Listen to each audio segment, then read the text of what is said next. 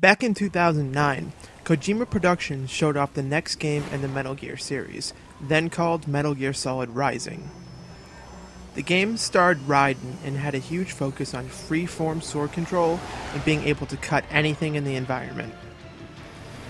After an extended period of silence and an apparent cancellation, the game resurfaced in late 2011, now being developed by Platinum Games, the studio behind Bayonetta and Vanquish, under the new title Metal Gear Rising: Revengeance.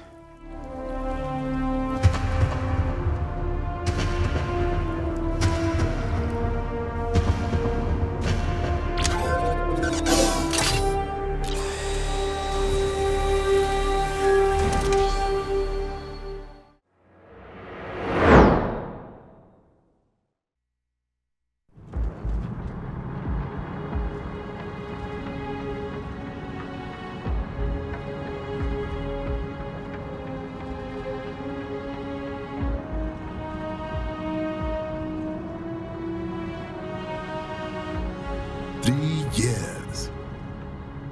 We've come so far in just 3 short years. If there is one thing the Metal Gear series is most known for, it is definitely the often crazy story.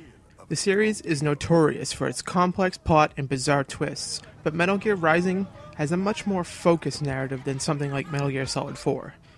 The game is set several years after the events of MGS4, and Raiden is now working for a PMC organization called Maverick. We prefer private security providers, sir. The game deals a bit with the aftermath of the fall of SOP and the war economy, but for the most part, this is a standalone, more personal story for Raiden. As with past games in the series, the story is centered around the American military, but from a decidedly different perspective than you'd find in the majority of modern military games. As you would expect given the history of the series, this game does not feature a mindless pro-American, good versus evil plot, and it actually has something to say about the state of American politics and the role it plays in the world at large. I have a feeling some more conservative Americans may take offense to a lot about the story in this game, but I found it to be a welcome change of pace from the bland modern military games that seem to have nothing to say aside from terrorists are bad. Of course, this is a Metal Gear game, so while I commend its willingness to explore deeper territory, it does so in a less than subtle way. The dialogue is mostly good, but expect a fair amount of cheese and over-the-top characters. Some people may dismiss a lot of the game's commentary because of the presence of some of the series' goofier elements, like giant mechs and indestructible cyborgs, but it definitely makes some interesting points regardless. While the political elements are interesting in the way they're presented, they are only a small portion of the overall plot, the majority being a personal journey for Raiden after encountering something that forces him to relive his past as a child soldier. The titular Revengeance, or Revenge with a Vengeance, is the jumping off point for the story after Raiden loses a fight, and the man he was supposed to be protecting, to a mysterious cyborg during the game's opening sequence, but it quickly becomes an afterthought once Raiden finds out what is really going on. If you come into the game expecting 90-minute cutscenes and endless amounts of exposition, you will likely be surprised. The running time for the cutscenes is probably longer than the average for the genre, but not by a wide margin, and overall you will be playing far more than you are watching. I'm sure this will be a good thing for some, and a disappointment for others, but either way, it fits this game well. The story has a much faster pace than a typical Metal Gear game, and much of the exposition is limited to the optional codec conversations. However, this results in the majority of the supporting cast feeling a bit underdeveloped if you choose not to engage in these optional conversations, especially considering Raiden is the only pre-existing character in the game outside of a brief late-game cameo. Overall, I really enjoyed the story in Metal Gear Rising. It focuses on telling a standalone story in the Metal Gear universe rather than relying too heavily on the established fiction, which is quite a departure from what we've seen from the series' recent installments. Having a familiarity with Raiden's past will certainly make the story feel more meaningful, but really anyone can enjoy the game's story. In particular, I really like the direction they take Raiden as a character. Before playing it, I was worried that this game might destroy Raiden's ending in MGS4. But as the game progresses, you understand why he turned back to fighting when he seemingly had everything he ever wanted. You get the feeling that Raiden will never really get past his child soldier upbringing, and settling down with his wife and son is just something he will never be satisfied with, which is sad for sure, but it makes sense given everything this character has been through. In America, my friends, my family, They helped me forget the devil inside. But who am I kidding? I was born to kill!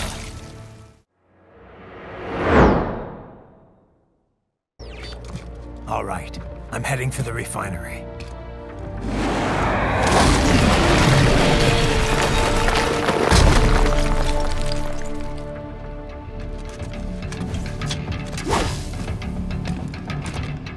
While the story in Metal Gear Rising is undeniably a Metal Gear game, most of the other aspects of it are quite a big departure for the series.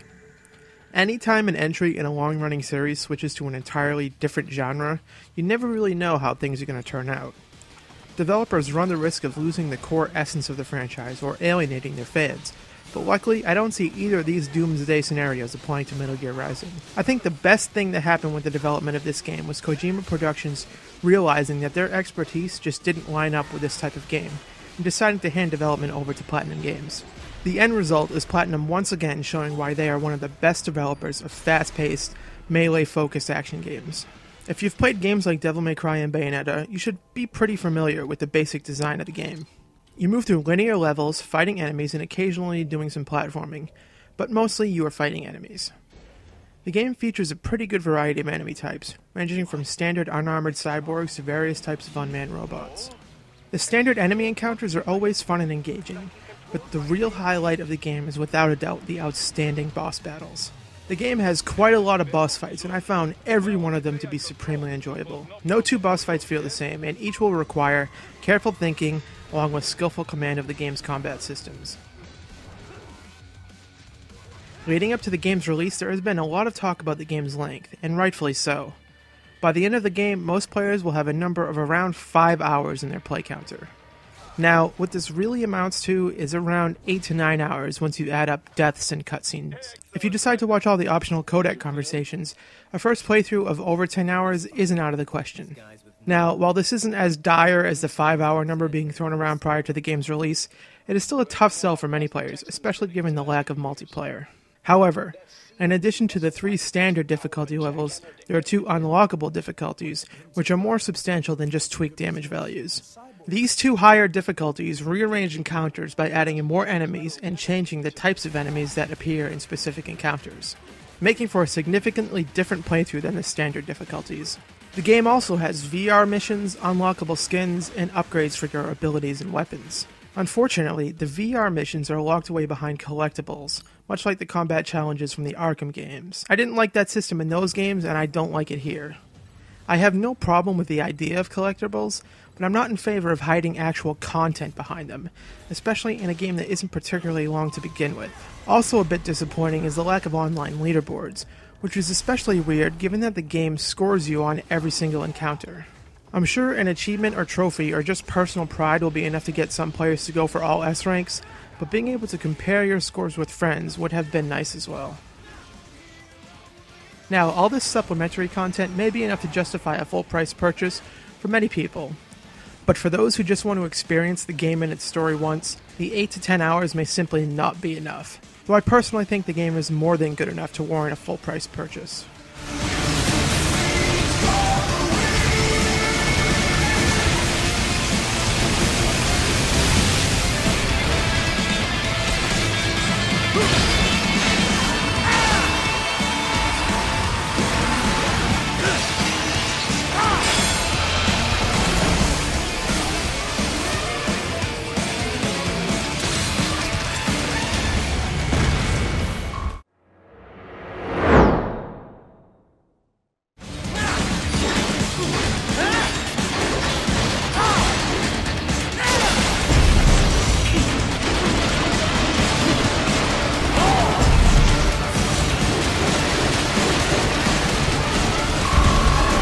For me, Metal Gear games have always been games I wanted to sit back and simply experience. I was never in it for challenge or the thrill of learning gameplay systems, and if I played through the game again, it was to experience the story again. Metal Gear Rising is the first Metal Gear game I've played that had me completely engaged for reasons other than the story and cinematics. The initial promise of actually being able to play and control sequences as fun and over-the-top as Raiden's greatest moments from MGS4 turns out to be a fairly accurate description of what this game actually wound up being. In addition to the more over-the-top moments, the minute-to-minute gameplay in Metal Gear Rising is absolutely fantastic. The combat is deep and nuanced, and the game demands that you make skillful use of the majority of the tools at your disposal in order to succeed. As you play, you unlock secondary weapons and new combos to make use of, and each adds another layer to the combat. When you're in the heat of combat, parrying, dodging, chaining combos, and cutting up enemies, it becomes immediately apparent just how proficient Platinum is at making these types of games. Before Platinum Games took over development, the initial gameplay demos all put a huge emphasis on Raiden's ability to cut up anything in the environment. The focus on this feature as the sole defining characteristic of the game was clearly toned down in favor of creating a solid melee action game, but it is still a core part of the experience. Blade Mode, as it has come to be known, allows you to control the precise direction of your sword strikes in order to chop enemies or objects into hundreds of pieces. When you enter Blade Mode and start chopping your enemies into pieces, Raiden can then grab their self-repair units and use them to fully heal himself, which becomes your main means of healing, though there are usable health packs as well. However, apart from the lowly fodder enemies, all foes must first be weakened before you are able to chop them up using Blade Mode, and you have a limited amount of energy you can use for Blade Mode, which is replenished as you do damage. Because you can fully heal from pretty much every enemy in the game, the challenge is more about surviving each encounter rather than managing your health across an entire level. The freeform cutting is pretty cool, and seeing enemies chopped into a million pieces is quite unique, but it doesn't wind up being quite as innovative and core to the experience as it was initially pitched back at the first E3 presentation. For the most part, Blade Mode is only used to finish off weakened enemies, and there was only one instance where the game demanded any kind of precision from you with Blade Mode. It may sound disappointing that the precision Blade Mode offers isn't really ever utilized, but it is absolutely a good thing considering that the one time precision is required, the game does a poor job recognizing what you want it to do. In my first playthrough, I died many times because the game was just not recognizing what I was trying to do during that sequence, which makes me glad it was the only time the game demanded precise sword strikes. During my second playthrough, I had a better understanding of what exactly the game wanted from me, and was better able to succeed, but it was still less precise than I would have wanted. While it is the primary element of gameplay, this game does have more than just combat. There is some occasional platforming, which is achieved by making use of Ninja Run. By holding down either the right trigger or R1, Raiden enters Ninja Run, which allows him to move extremely fast and climb up certain walls. While using Ninja Run, Raiden will automatically jump over or slide under specific obstacles as well as hopping from one platform to another. This removes any semblance of challenge from the traversal, but it succeeds in allowing you to move extremely fast without forcing unwieldy controls upon you. In addition to the traversal, there are many elements of Metal Gear Rising that seem to be in the game for the sole reason of honoring the legacy of the Metal Gear series, and the majority of them feel completely out of place in this style of game. The most egregious example of this is without a doubt the stealth elements. The game doesn't really have many stealth mechanics per se, but there are certainly instances where the game encourages you to avoid outright engaging enemies. In these situations, enemies will not be immediately alerted to your presence unless you openly engage them, allowing you to sneak around and instantly kill them from behind. I understand wanting to honor the series' history, but stealth just feels so out of place in a fast-paced action game like this. Because the combat is so fun, I found myself not really wanting to bother sneaking around, instead just running up and initiating combat. Unfortunately, the stealth sequences are the worst designed encounters because they have far more enemies than a typical encounter to deter you from just fighting it out.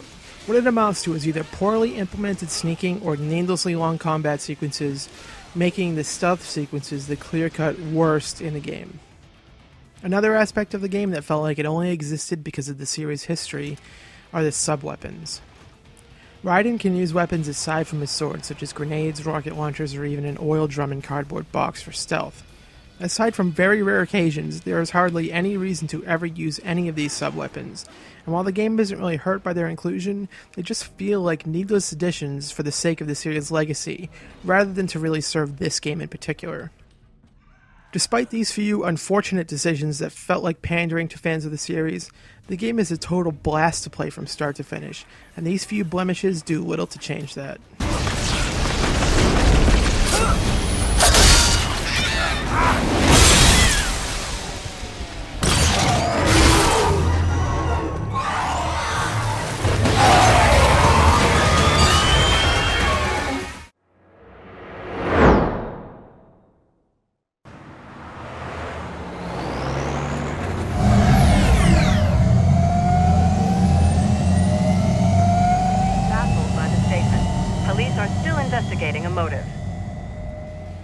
Ever since Metal Gear Solid first came out in the PS1, the series has always been on the cutting edge, with each game in the series being one of the most impressive games from a technological standpoint at the time of its release.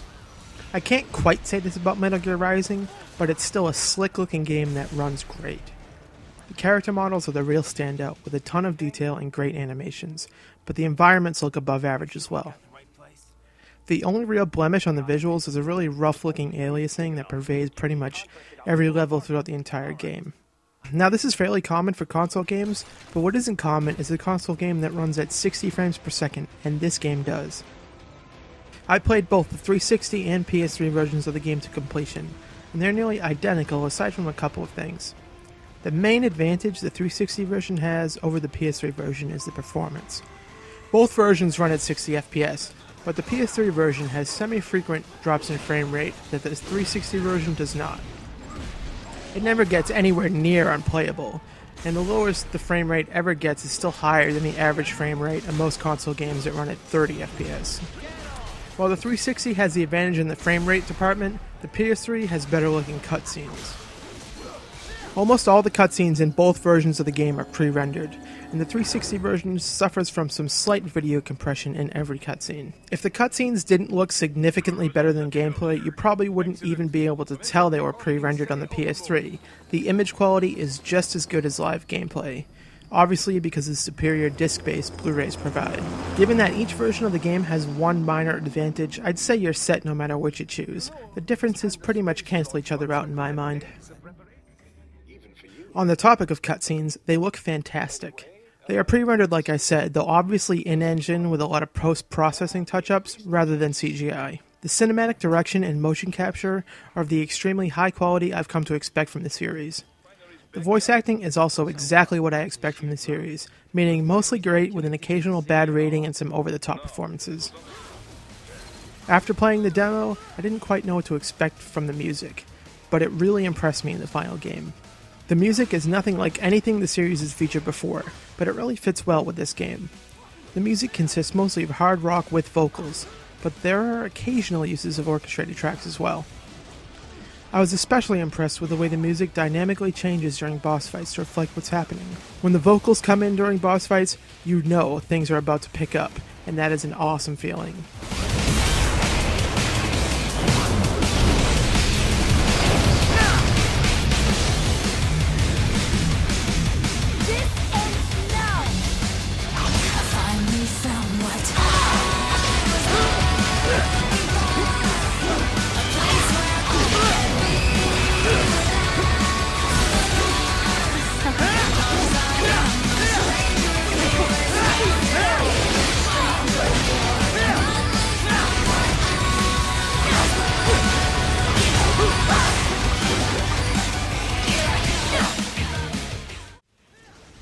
I had really high hopes for Metal Gear Rising, and I feel like they were met or exceeded in nearly every conceivable way.